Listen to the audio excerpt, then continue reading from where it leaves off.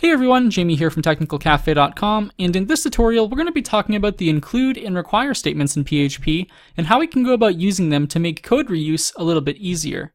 So for example, you might want to use an include or require statement if you want to have a navigation bar and you want to include that navigation bar on every page of your website.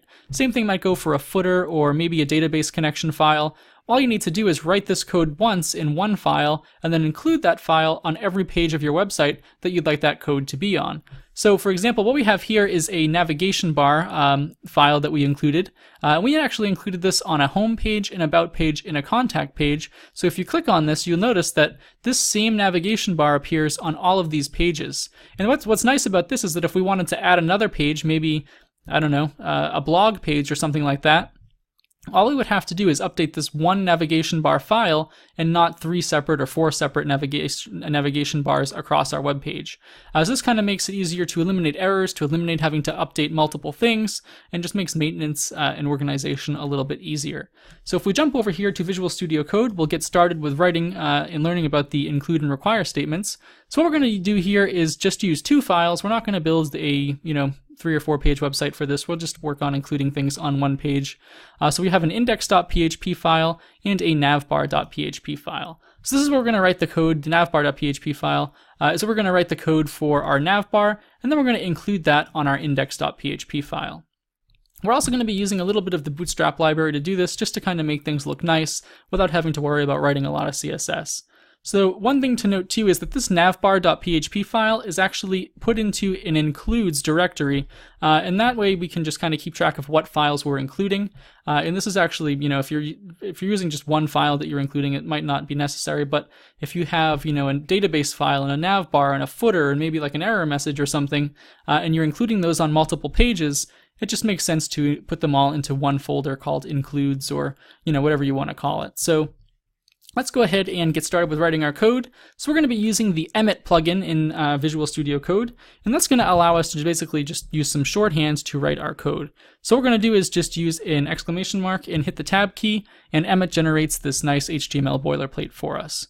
So we're just going to change the value of this title element here to include and require tutorial. And then what we're going to do is jump over to the Bootstrap website to grab the Bootstrap CSS. So what we're going to do is go to getbootstrap.com. We're going to click on Get Started. We're going to jump down here to where it says CSS, and we're going to click on the Copy button. Next, we're going to jump back over to Visual Studio Code, and we're going to include this in the header here. So let's go ahead and save that. And the next thing we're going to want to do is actually get started with writing our navigation bar code. So if we jump over to navbar.php, what we're going to do is just write a simple Bootstrap Nav Bar. So all we're going to do is say nav, and we're going to give it a couple of classes, the first being navbar, and then we're going to say navbar-expand-lg for large, and we're going to give it another class of navbar-dark, and, spelling error there, navbar-dark, and another class of bg-dark. All right. The next thing we're going to do is we're going to go ahead and add in the branding side of the nav bar. So what that's going to be is basically, it's going to be this TechnicalCafe.com text that's bold, hence the brand side of it. So if we jump back over to Visual Studio Code, what we're going to do is just say a class equals navbar-brand, and then what we're going to do is just set the href equal to ./index.php. So every time somebody clicks on this brand or logo section, it's going to take them back to the index. And then we're just going to assign some text to that. So we're just going to say technicalcafe.com, and that's going to be the text that is linked. The next thing we're going to want to do is add in our actual nav items. So these are going to be our home, about, and contact links here, and they're going to take you to the respective pages. For this tutorial, we're not actually going to make those pages, so we'll just make those link to nothing, but if you want to make them link to other things, you can do that as well. So back over to Visual Studio Code, and we're going to create a div with a class of navbar-nav for the navigation items. And within this div, what we're going to do is just use a couple of anchor tags. So we're going to say a class equals nav-item, and also nav-link. And we're just going to set the href values for these equal to just a hash mark to make them not link over to anything. And then we're just going to go ahead and close that off there, and what we're going to do is just copy this down 3 times. So let's go ahead and link some text. So we're going to say home for this one. Let's say for this one, let's say about, and for the final one, let's just say contact. So if we save this, and then if we jump over here to Google Chrome and jump over to localhost, and if we change this here to /tutorial/include/navbar.php, you'll notice that what we wrote in there is all here, but it's not styled the way we'd like to have it, and that's because we didn't actually include it in our index.php file that has our Bootstrap link. So let's go ahead and do that. So if we jump back over to Visual Studio Code, we're going to jump over here to the top of our web page here, and we're going to go ahead and say, put in some PHP tags, and within these what we're going to do is say include, and then we're going to put in some quotes, and we're going to say /includes to reference our includes directory, and then /navbar.php.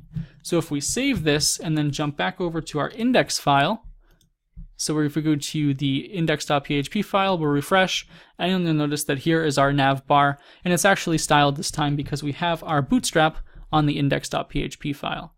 So one thing to keep in mind is that any page that you include this nav bar on that does not have this, it's not going to be styled properly. So let's say we wanted to include that same nav bar twice on our web page, maybe once at the top, maybe once at the bottom, something like that. All we'd have to do is just copy this include statement here, and then paste it in right beneath the include statement, the other include statement, and you can paste this in wherever you want, maybe at the bottom of the page or whatever you'd like to do. So if we save this, let's jump over here to Google Chrome again and refresh, and notice that now we have the same navigation bar here twice on our web page. So now that we know how to include things, let's talk about the difference between the include statement and the require statement.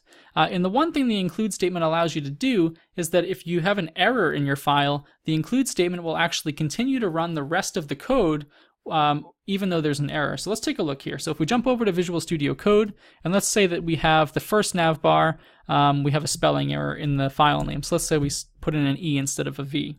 If we jump over here to Google Chrome and we refresh, you notice that we get this warning here because we have an error. Basically, the file can't be found. However, the second nav bar, which we didn't have a misspelling in the file path with, actually loaded no problem. So the require statement is just like the include statement, but it actually would prevent this from running. It would basically shut down executing all of the code after it hit that error. So anything after that error would not be executed. So let's take a look at that. So let's change this include to require, and let's change the second include to require as well. And let's jump back over to Google Chrome and refresh. And notice that we still get the error because the first file path is incorrectly spelled. It has an NAE instead of NAV, but it didn't even bother trying to execute the code underneath it. So the second nav bar, even though it's spelled properly for the file path, did not end up being executed, so it didn't show up on the page. And basically that's the only difference between the include and require statements that are available in PHP.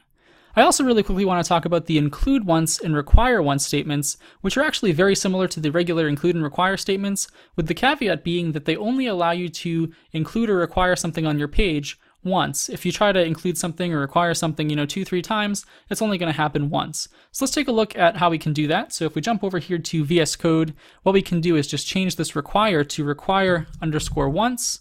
And what we're going to do is also just fix this here so it doesn't say navbar anymore. So these are both now correct, and they should both theoretically display twice. And we're just going to put require once down here. So if we save this, jump over here to Google Chrome and refresh, you'll notice that even though we required the same file twice, it only ended up being displayed on the page once. So this can be a good way to kind of prevent yourself from putting something on a page accidentally more than once or something like that. So feel free to play around with these. Let me know if you have any questions or comments in the comment section below. Maybe try to include some images in one include statement, try to include a script in another, maybe throw a require statement in, and just kind of have some fun with it and see what you can and can't do. So thank you for watching, and have a great day.